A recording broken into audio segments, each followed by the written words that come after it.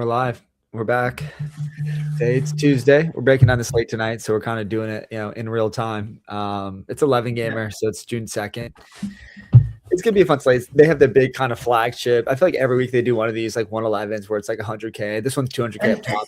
And I like the 111s. My biggest thing is, and me and you talk about this pretty often, is we'll throw a couple snipes into that 111, but I don't like that I think it's 150 max.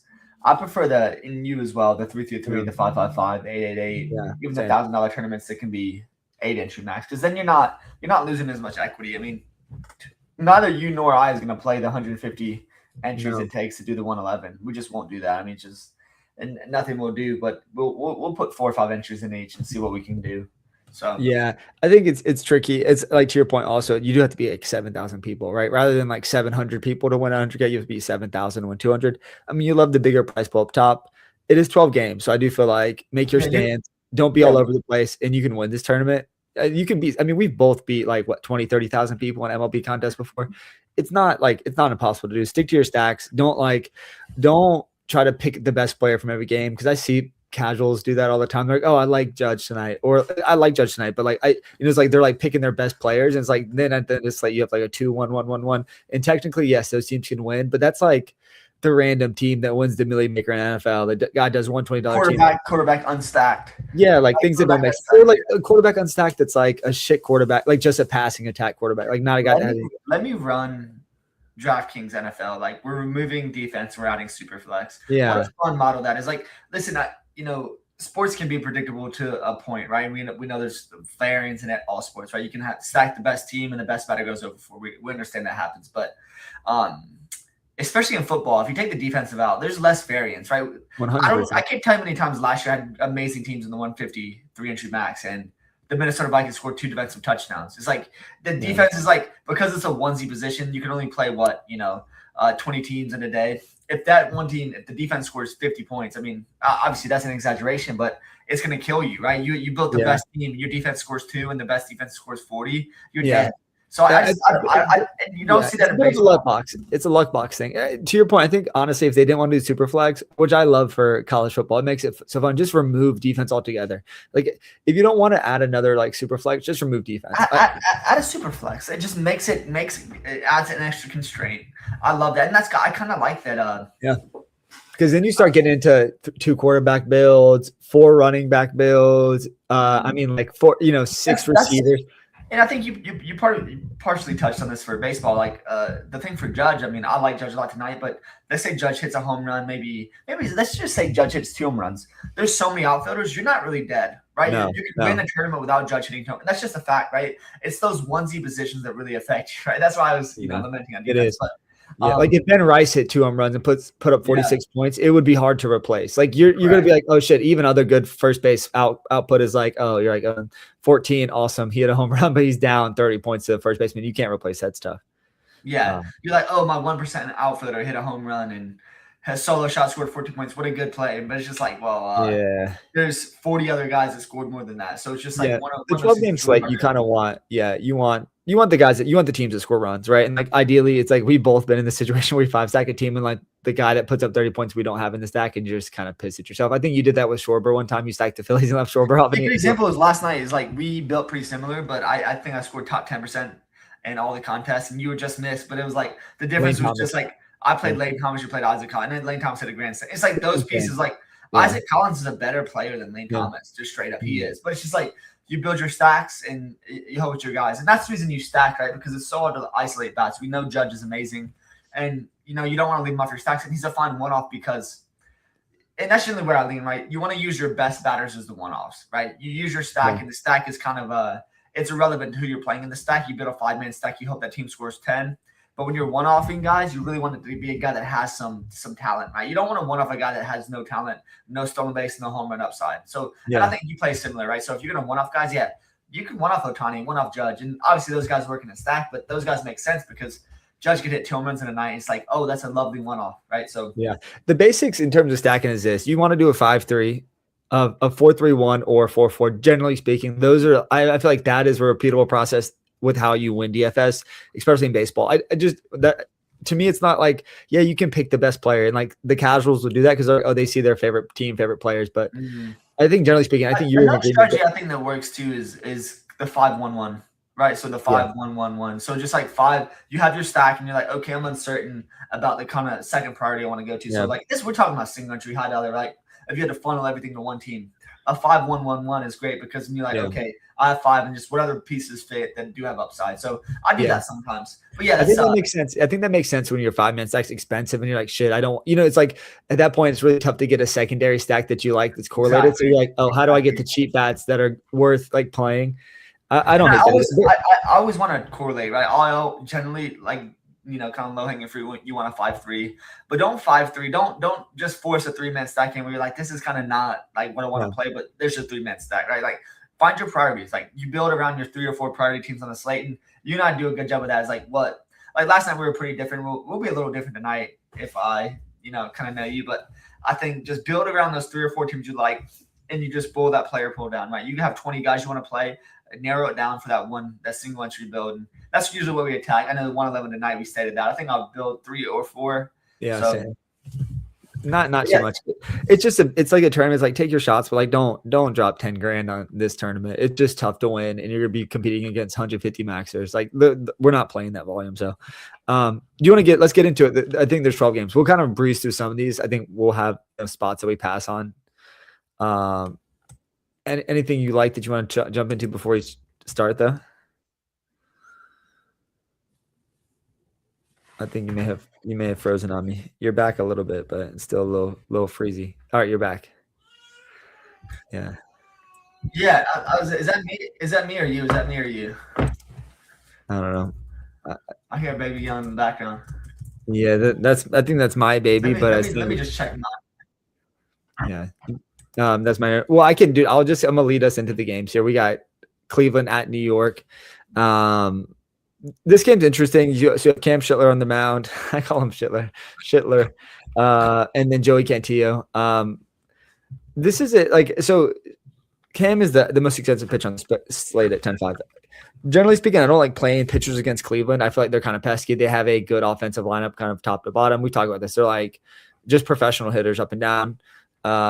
And so for that reason, while I do have seen like elite stuff this season, and there's nothing that's telling me it's not going to continue, I just don't love the spot. I feel like there's other options I like a little bit deeper. With that said, I'm not going to play in Cleveland bats either. I think if you do, it's like you can't play Cam. I think people will play Cam. I think he makes some sense. He's got 25 to 3-point upside in any slate just because given how good he's been this season. Joey Cantillo on the other side, like I've played him in spots as a pitcher, but I think, against the Yankees. And if you look at his underlying stuff, it's just not very good either. It's the strikeout stuff's not there. He walks a lot of guys. And then you got like monster righties, obviously with Aaron Judge coming back at you. So I think, if there's a spot in this slate, offenses pitching wise out target would be the Yankees bats. I think they're interesting. You can even throw some of the lefties in there, positional players. Like Ben Rice is always interesting in this spot, lefty on lefty, and he's a guy that could kind of separate the first base position. Then Jazz, if Jazz is in the lineup, although they've been sitting him against lefties. If he's in the lineup, he's interesting. Anthony Volpe's another guy I kind of like. He's fairly cheap. And then obviously, if you're gonna do the stack, it's like you don't leave out Judge, right? If the New York is your primary stack, I think you just play Aaron Judge here. But if I had a lean in this game, it's definitely the Yanks. And it would be like their offensive bats. I won't play the pitchers, and I probably will stay away from the most part. It won't be like a priority 5 or 3-man stack, but I don't hate them, especially Aaron Judge is a one-off against a lefty here in New York. Yeah, I mean, obviously Aaron Judge in play, right? Underlying is great. I mean, it's Aaron Judge. I think as far as the no-doubter home runs in baseball right now, it's like contrast. That's the not the Brewers contrast, the Red Sox contrast with 9 no-doubters, and Aaron Judge is right there as well. So this guy hits the ball so hard. It's slightly out to right, so it's going to help your lefties. With Cantillo on the mound, I think Judge is a great matchup. He could hit a couple home runs tonight. Wouldn't be surprised one bit. You're paying for it. So for Cam, I like Cam. There's other pitchers on the slate. So if let's just say Cam was a cut above everyone else on the slate, and maybe by stuff he is, I just don't think matchup-wise he is, right? So if you look at the Guardians lineup, it's just no one has a bad strikeout rate besides Manzardo and Rhys Hoskins. And because of that, only one of those guys is going to be in the lineup, right? So like Cam could definitely, struggle with getting a lot of strikeouts here. So for me, it's just going to be a pass as far as him. Like he's a fine pitcher. You tell me you get 25 points in this spot, that makes sense. But I'm going to chase guys like Kyle Harris, and we'll get to in a little bit, that just has more strikeout upside disregarding the matchup. So for me, Judge might be a priority on a couple 111. Just a guy that has a lot of upside. Once again, there's so many entries in this 200K tournament that I might just try to get us maybe a one-off Judge, maybe not try to stack the Yanks. Because I'll tell you what my 5-man stacks coming from later, and it's going to be surprise, my boys. But let's move on. So Cam Schiller's definitely in play. For me, it's just going to be a few Yankees sprinkled throughout. I don't know if I'll 5-man them. Cantillo has a knack for just getting through lineups, but he's just not very good. I've watched him pitch in person, just not a guy that has special stuff. Like Taylor said, walks a lot of guys. He has these Jekyll and Hyde starts where he can have a really good start and just like I think his last start had a really bad start too. So it's just like you're not really sure what you're going to get. The Yankees are not a team where you want to go into with them some uncertainty. So definitely like Judge.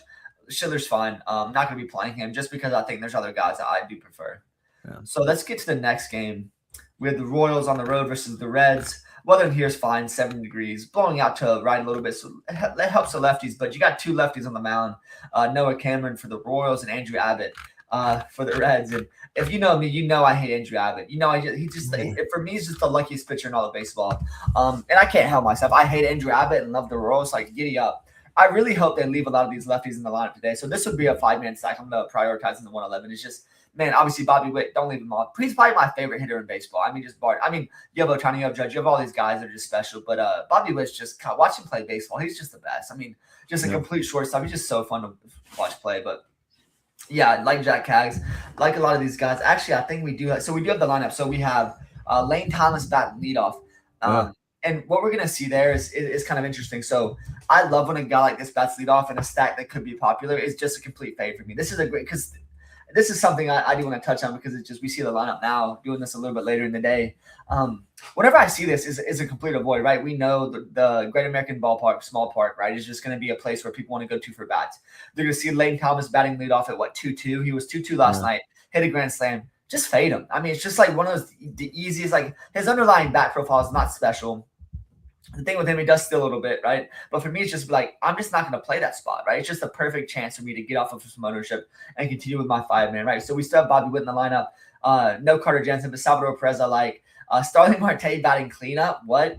I mean, what is this guy doing in the league? I mean, Vinny P, Lofton, Kaggs, Tyler Tolbert. Man, the back end of this lineup is just not good today. Jesus. I mean, the more I say it, the less I like it. Yeah. So I might be talking myself out of a 5-man live on stream. I don't know if I can do that. No Carter Jensen, like that's. I mean, like Jensen's been struggling, but just like you look at the lineup, it's just like, man, you get those guys near the bottom are definitely a little worrisome. So yeah, but definitely I still like the Royals. It's like the movable force versus the stoppable object, and I think Andrew Abbott is definitely a stoppable object. And for here, I think the Royals can get to him.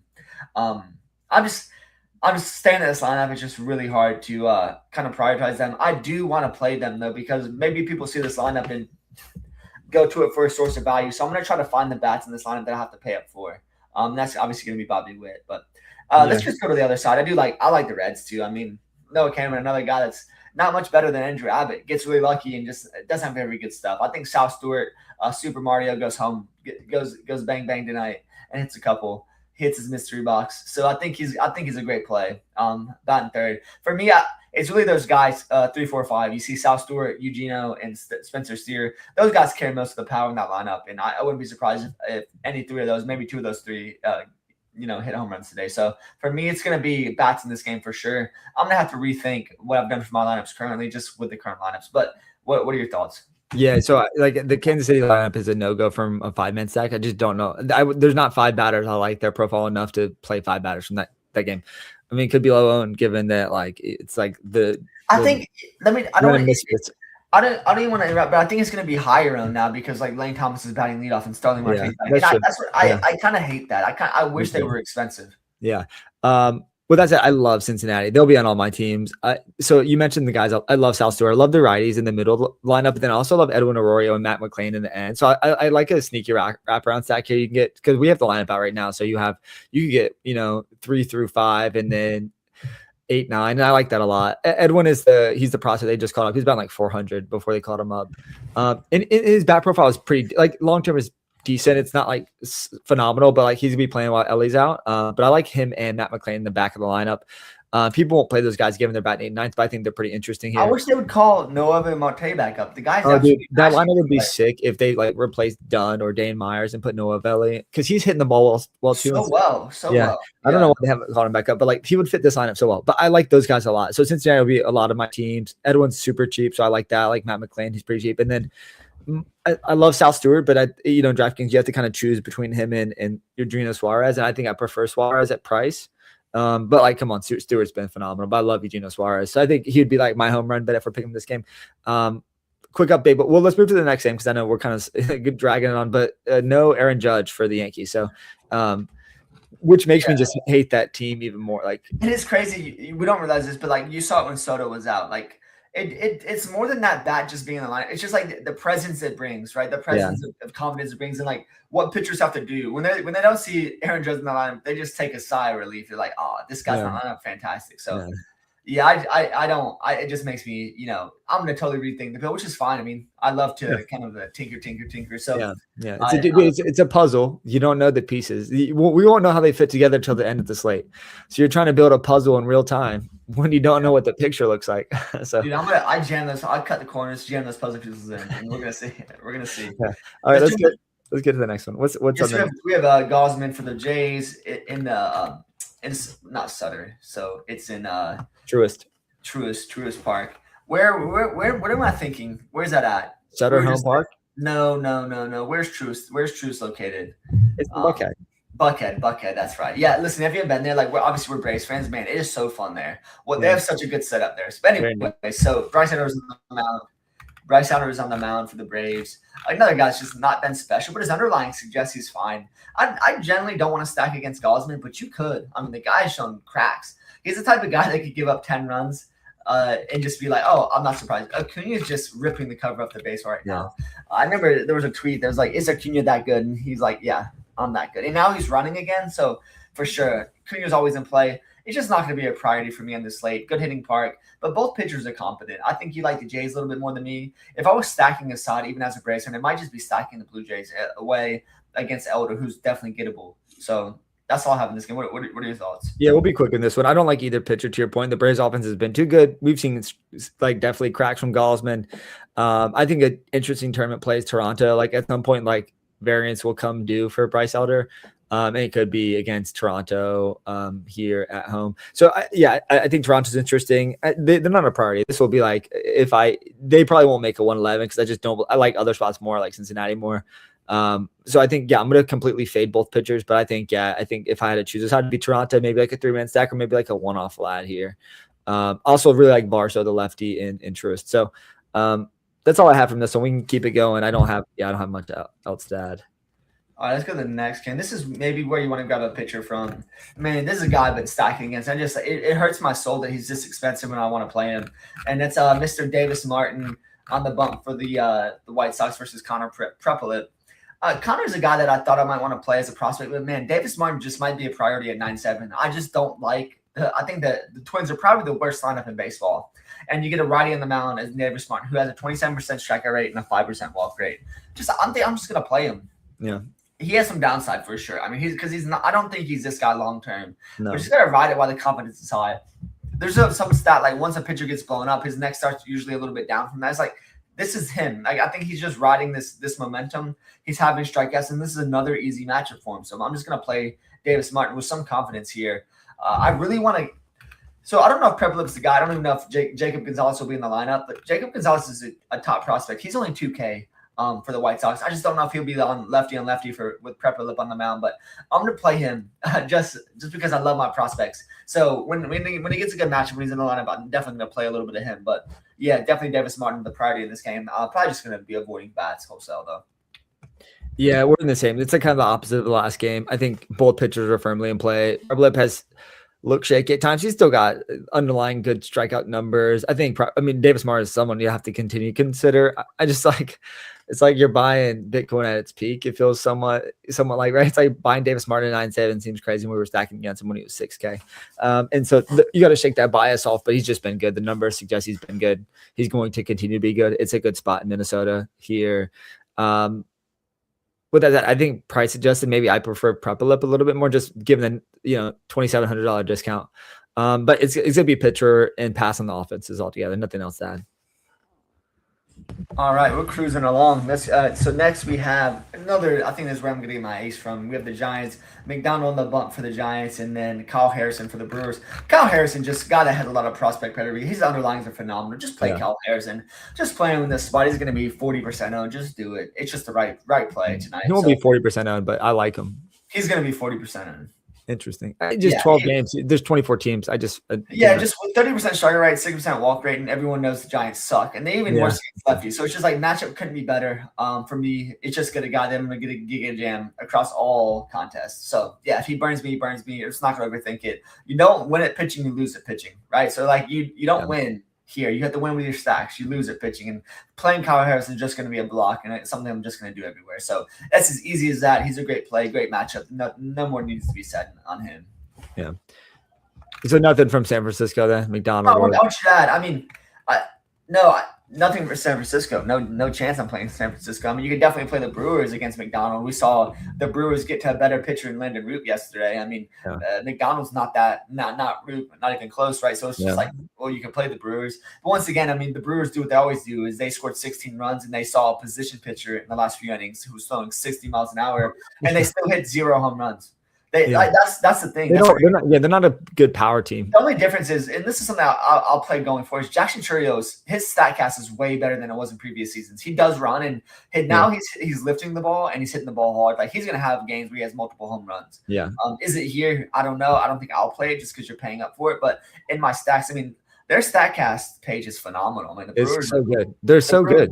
You mentioned this earlier, and I just kind of like shout, man, they look good. I mean, from StatCast perspective, just looking at like all these bats, but you look at Turio, look at Mitchell, Terang, all these bats of contrast catcher. I mean, you could be talking me into your stack. Yeah, I'm not going to do it against McDonald because I think he's decent and he's shown to be decent so far this season. But yeah, I wouldn't condemn you at all if you wanted to do that. No, I think you can go back to the old double tap, where like a team gets smashed and then like they went through all the relievers and it's like another good matchup for the bats and like they just smash them again. That could be Milwaukee here. You mentioned it, but like if you look up and down the lineup, it's like legit good hitters. You guys power speed across the board, like Bryce Strang, power speed, Jackson Churrio, power speed, Garrett Mitchell, like pedigree of power and speed. We've maybe seen a little bit more. Where the fuck is Sal Frelick at? Because all my best ball bags are like he's just not playing, which is awesome. Dude, he is playing. He played. He hit yesterday. He's been fine. He's not a StatCast guy. He's like a 5'4" guy. Right? Yeah, he's not big. He's like a priority. He was a priority in best ball, and I just hate it. But he's an amazing baseball player. Like he's good. So I like him. He's tiny too. I think he's tiny. He's not gonna blow you away in the StatCast page though. No. He's just a guy. Like I'm just pulling up his season numbers right now. Since you mentioned him, it's nothing special. I mean, 219 average, not good. 300 not good. I think he went 2 for 5 yesterday. Man, he doesn't have many stolen bases either. You just can't play him right now. That's what I was saying. Like the Sal Frelick is he's just not good enough to even play for the Milwaukee. But I love Milwaukee. This is a team that could just hit around all night. It's just like, McDonald's average. So I think this is an interesting spot to go back to with it. If they get to McDonald, this could be like another like 15-point spot, 15-run spot. That said, I love Harrison. Harrison's a phenomenal play. He's probably the best. I think I'd prefer him straight up over Cam. So yeah, that's exactly what I thought. I mean, I really like him in the next game too. So we'll get to it in a second. Yeah, you don't need to waste any oxygen on Harrison. He's just the best pitcher on the slate. Yeah. So the next game we had the Rangers, Evaldi on the mound, going into St. Louis facing Dustin May and the Cardinals.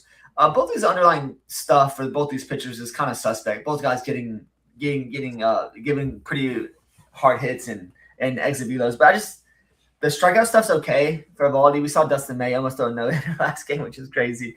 Amazing for my best ball backs, but something I can't predict going forward. So for me, it's just going to be a pass. I think both these pitchers are good enough where I don't want to stack teams against them. But yeah, I just don't know if I can play other guy with better options on the side. I think there's more risky strikeout pitchers later on that I want to kind of target, and I really don't want to target Evaldi against the Cardinals because once again, you're seeing more and more guys get out of the lineup. New bars are about to be back. They're already pesky. They're going to get even peskier. So for me, I just don't know if I want to pay for Evaldi in this spot. I would prefer to go to the previous Davis Martin and Kyle Harrison combo. So for me, I don't know who you're going to play. I'm guessing it's going to be Dustin May.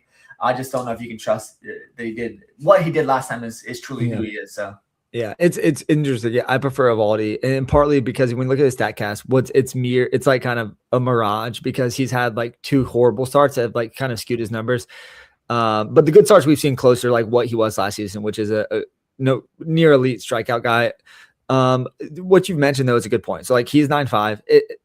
Harrison's just a better play straight up, and like it's like, can you should probably just make room for the extra 600. With that said, there's a lot of guys that have a high K rate in St. Louis, which is the interest is why I'm drawn to Evaldi. He has got elite 35, 40 point upside. Like we've seen it this season. He could do that here against St. Louis. St. Louis is still, even with Jordan Walker being in the season, they're like a bottom tier offense overall. And yeah, there's enough guys. I think there's multiple guys with like a 30% striker rate, and there's like one or two guys that have like a 40% striker rate. It's like pretty. No. There's, I mean, but you have the guys at the top lineup. I mean, Jordan Walker 25%, not good, not the best. Obviously, that's bad. But then Nelson Velasquez in lineup 11%. Alec Burleson, JJ Weatherholt, and Ivan Herrera are all good batters. You don't want to face them. Elite, but that's 1 through 4, right? And then you have Gorman who strikes out. And the guys towards the bottom are the strikeout batters, but like 1 through 4, that's what I said. They're pesky, and if you get Velasquez in there again, like pesky, they're just getting. It's just one of those things. Like, so if you had to ask me, Evaldi or Davis Martin, and if you told me I would be saying this a year ago, I'd be like, I'm crazy, but it's Davis Martin. It's close for me. It's 200. You can play either guy, so it's just for me. It's just going to be Davis Martin, and as far as the matchup goes, it's a way better matchup.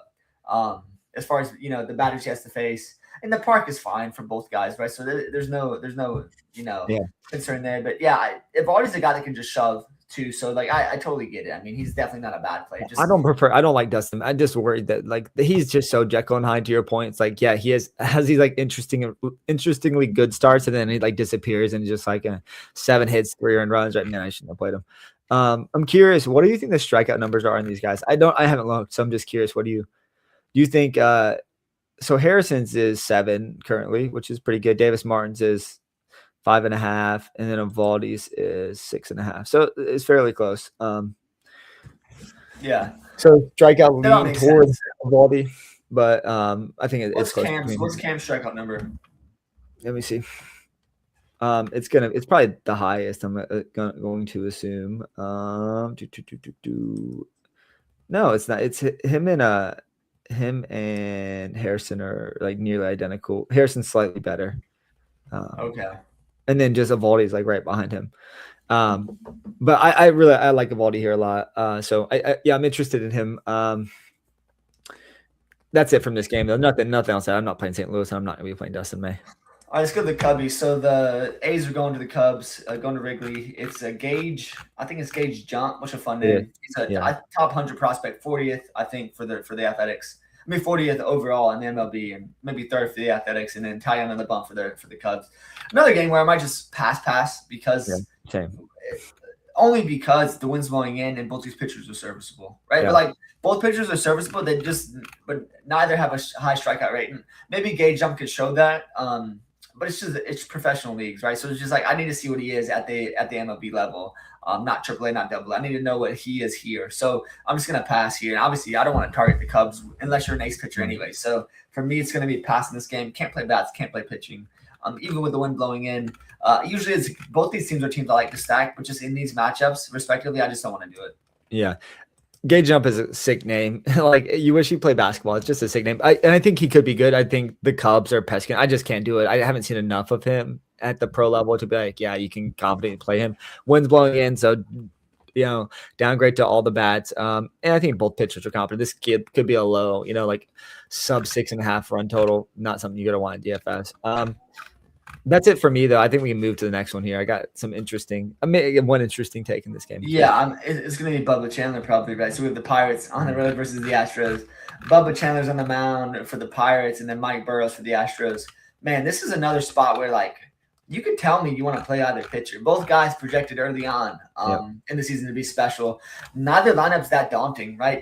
Pena is back. I mean, the lineup for the Astros is getting a little bit more scary. I mean, you still have you have Tram on the lineup. This is the lineup: Jake Matthews, Bryce Matthews, Jake and Bryce, and then Christian Vasquez. That's just not good there. But other than that, I mean, they're a fine lineup. As far as the Pirates go, you can definitely play strikeout pitchers against them. Burrows is supposed to be that, but just hasn't shown that. I mean, he's a Jekyll and Hyde guy here. So I like both of these guys. Both of these guys can make a tournament team. I don't know if they're going to be a priority for me, just with the pitching at the top that I feel like is a little bit safer. I'm not playing bats here though. I don't know what you're doing, but Jeff, if you like something in this game, it's got to be a pitcher. Yeah, it is a pitcher. I do think your SP2 could come from this game. I think that's probably what I'll do in both teams because I think there are some expensive bats I like. We'll get to in a little bit. I think I prefer Burrows. I think Pittsburgh strikes out a little bit more. And so I think I prefer Burrows here. And so like I get the Bubba Chandler. He walks a lot of guys, so there's concern, but he's a little cheaper. So I feel like if you need that extra 1,000, you can go down to Bubba. Jordan Alvarez is he's such a nightmare. Bubba's a roller coaster though. It's like, man, Bubba's got electric stuff, and then he just walks 6 straight guys. We talked about this. His like ability to throw a third strike, like get guys swinging on the third strike it's like historically low. And you see it with the walks. It's like he gets to 2 strikes. He gets these guys in elite pitchers counts and they cannot put him away. And then he walks 3 guys and then Jordan comes up and then he hits a grand slam and they're like, oh shit, I shouldn't have played Bubba Chandler. He's giving me -4. I think Burrows may be a little safer because of that. I think I prefer the Houston offense to the Pirates offense. So I like Burrows a little bit more, but at cost, yeah, it's kind of a pick 'em. But I think SP2 going from this game, I like it a lot. Yeah. All right, let's run. Let's run to the next game. Run, because there's nothing here. And this is a game I kind of do like. We have the Rockies on the road versus the Angels. Tomoyuki Sugano is just not special. I mean, he's just not a special pitcher. And he just monkeys around and gets through games sometimes. But the Angels are a great play here. There's no surprise. Grayson Rodriguez on the other side, man, he's interesting. He's an interesting SP2 tonight. I think he's, 6'5". The guy has strikeout stuff, and he's an absolute flamethrower. And he's just been hurt. And if you saw a full season, this guy, remember when he was with the Orioles, he had shown some, capabilities there to strike guys out. And we know prospect. We know the Rocky strikeout. So for me, I could totally play Grayson Rodriguez. It's like, do I need him when I have guys at the top that are a little bit safer? Once again, you don't win at pitching, you lose at pitching. And Grayson Rodriguez, if you played him in a big entry, could definitely lose it for you, right? Yeah. This is a hitting park today, wind blowing out slightly. I do like the Angels. They're maybe 2 or 3 on the list of priorities of bats to get to. I mean, you just got tons of righties here that I really want to target. Obviously, Trout leading the ship. Mike Trout, Joe Adele, Vaughn Grisham, like all those guys. Neto, I really do like, but he's a little banged up. Not sure if he's going to play. Hope he does. An amazing bat there. But Vaughn Grisham, if you're looking for value at I think he's third base. I wouldn't play him at first base. Don't do that. Get a better power bat there. But man, the underlines look good. Very low strikeout rate, 9% strikeout rate. That's an amazing strike. I mean, is that the best in the league? I mean, it's a small sample, right? But the guy's been amazing. Yeah.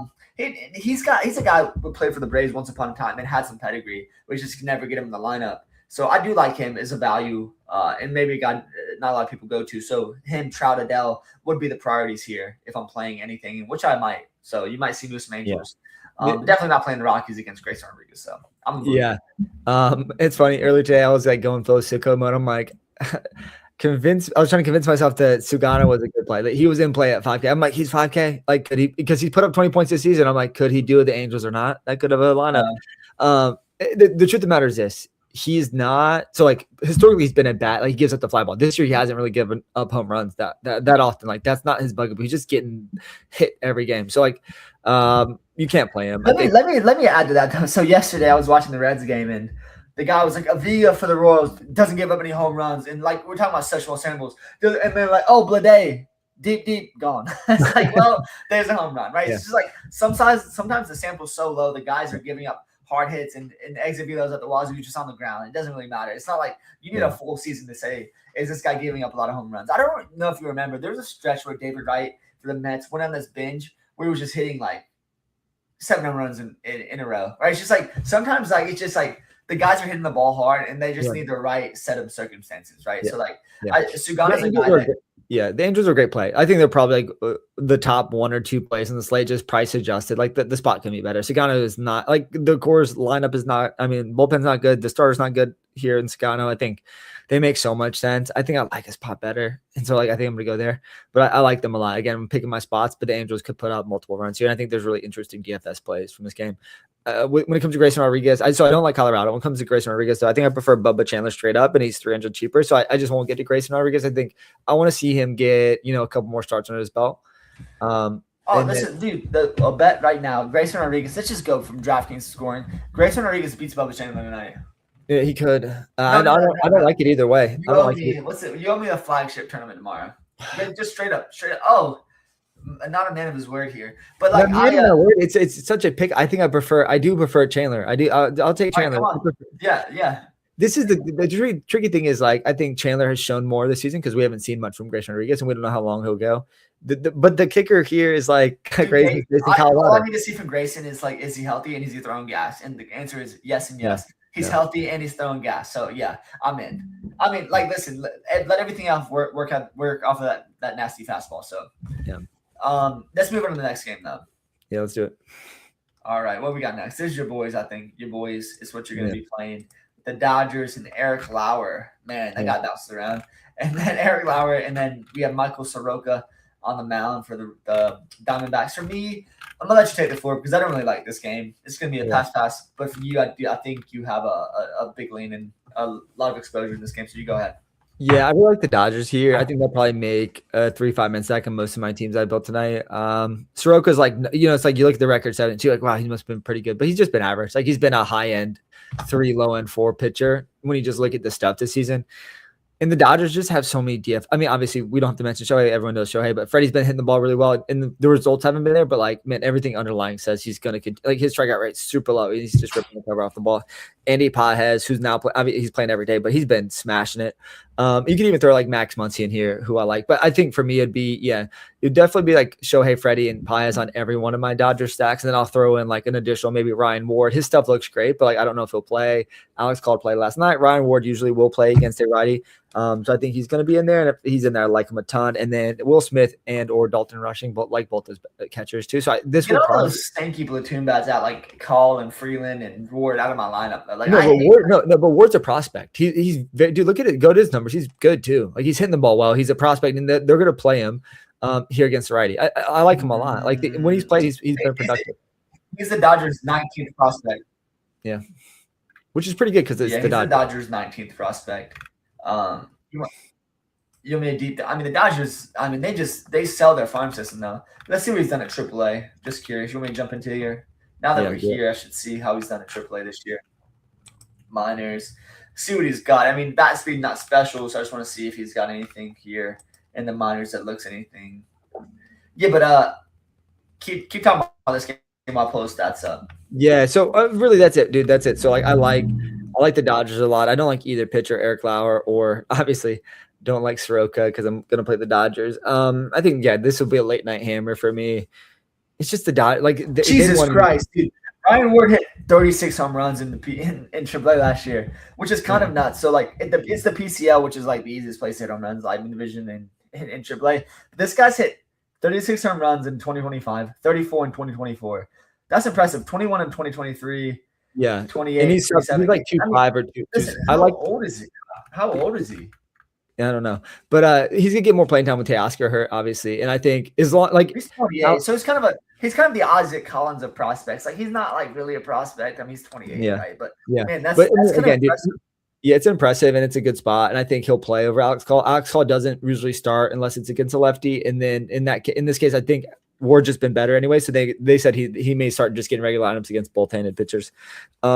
I think they're a good spot tonight. I like him. I like Ward again. As we mentioned, I think he's a good way to kind of fit a 5-sec in there. And with you make Shohei, Freddie Freeman, and Pages affordable because Pages is expensive. He's like mid-5 now. It's like, and he deserves every bit of it. He's been phenomenal. Yeah, I don't care if you're playing in the baseball field down the street from me. Like if you're hitting home runs like that, like 34 is a lot. 34 and 36, like the PCL is a notoriously, home run heavy kind of division in AAA. But God, I mean, that's amazing to be honest. I mean, you've also, it's like you just bring that up, just solidified my love for Ward tonight. So he's gonna be. I hope you playing. I like him playing, but like that's more impressive than I thought.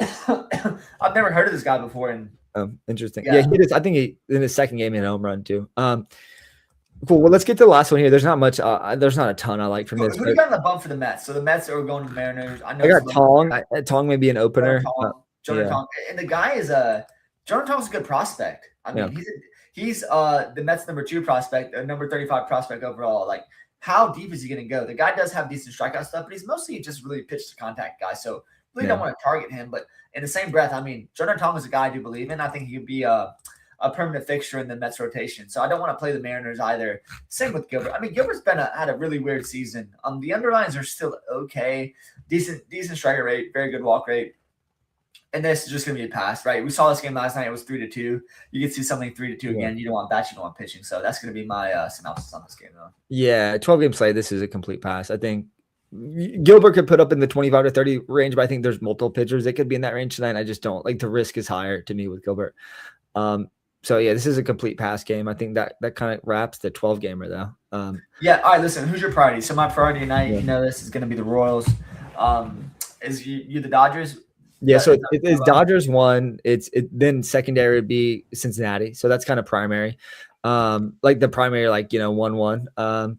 And then like the other spots, I love the Angels. I like them a lot. If I had to choose, so it'd be like Angels would probably stack up 3. And then if I get into like the tournament builds, I'll throw the Yankees in there. I still kind of like some of the lefties. I think they're interesting against Kid 2. I think they'll be under more now because Judge is not playing. So people are like, I just won't play the lineup.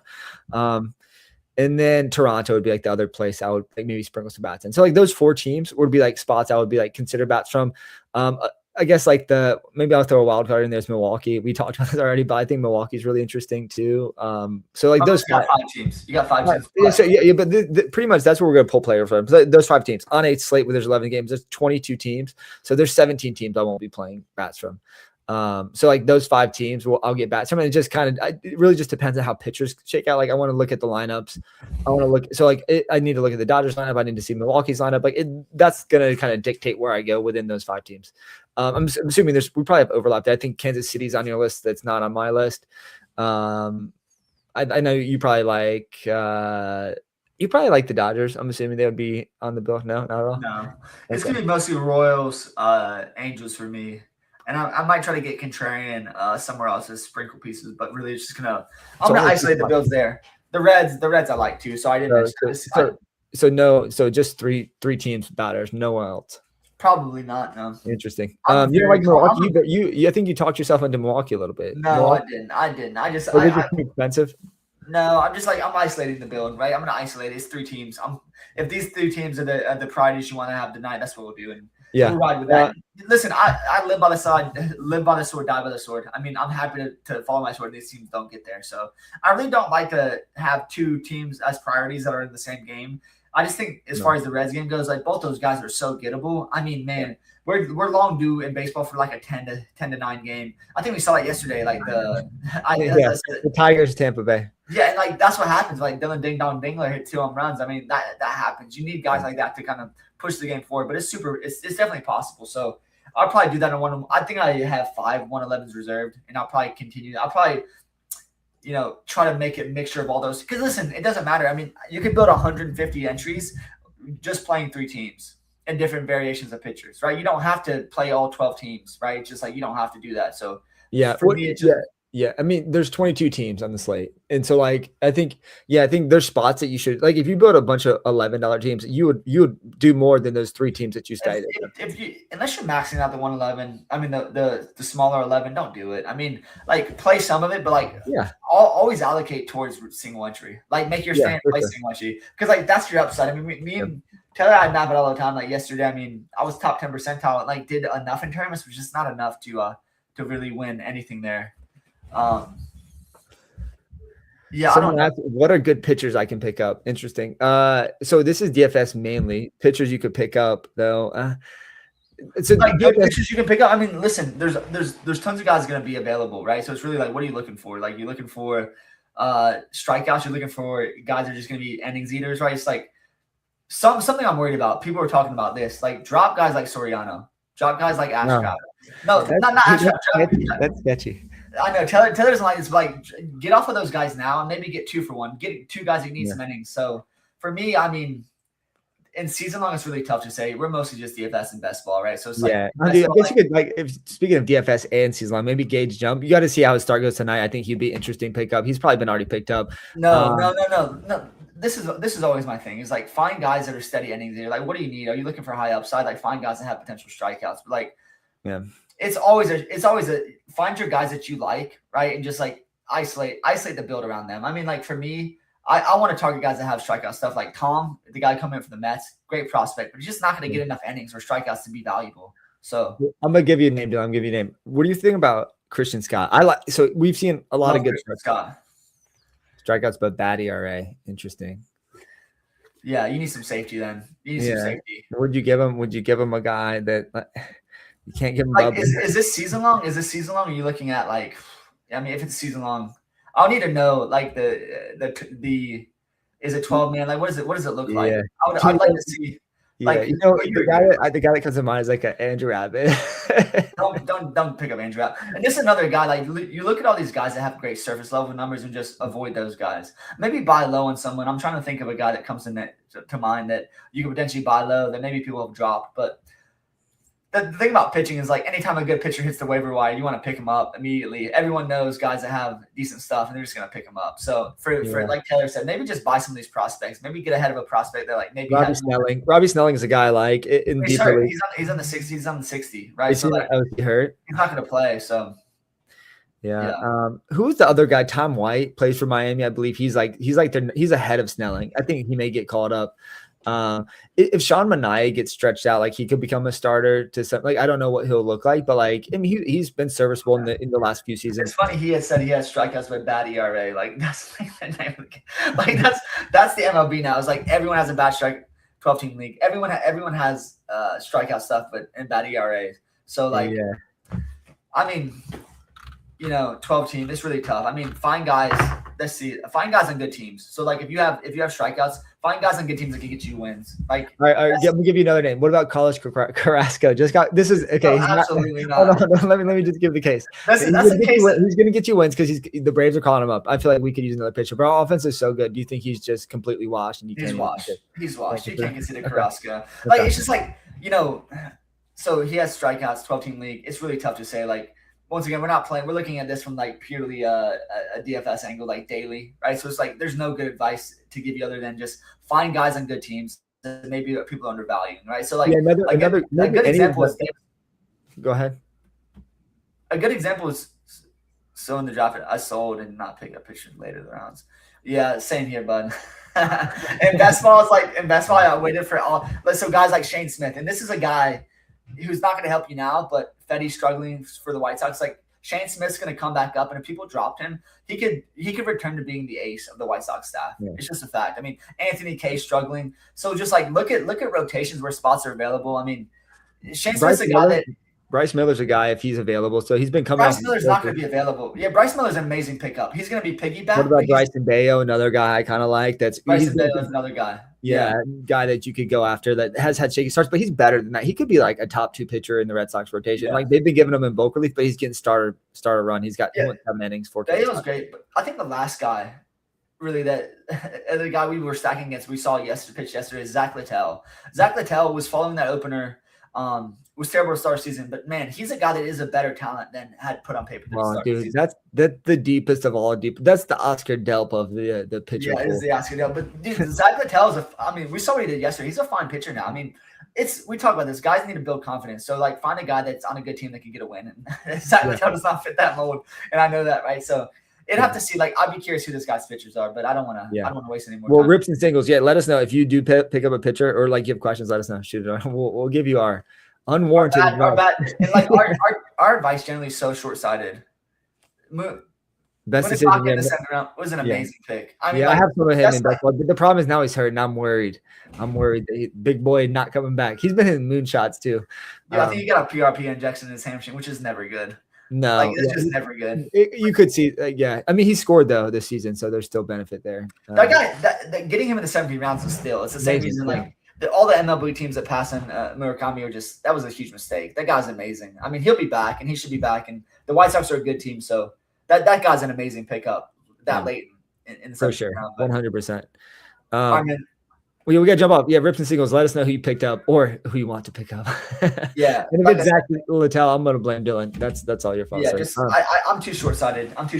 So I'm just looking for guys that can help me today, tomorrow, this week. So we'll be back. We'll talk golf tomorrow. But you're devastated. I get it, man. I'm with you there. Maybe he'll be back. Maybe he'll win us some, the 200K. All right, Dylan, we'll be back. You want to do golf tomorrow? Yeah, we'll jump back on because I think Thursday slate's pretty low. I think Wednesday tomorrow we have just a day slate. So awesome. All right, later, folks. See you.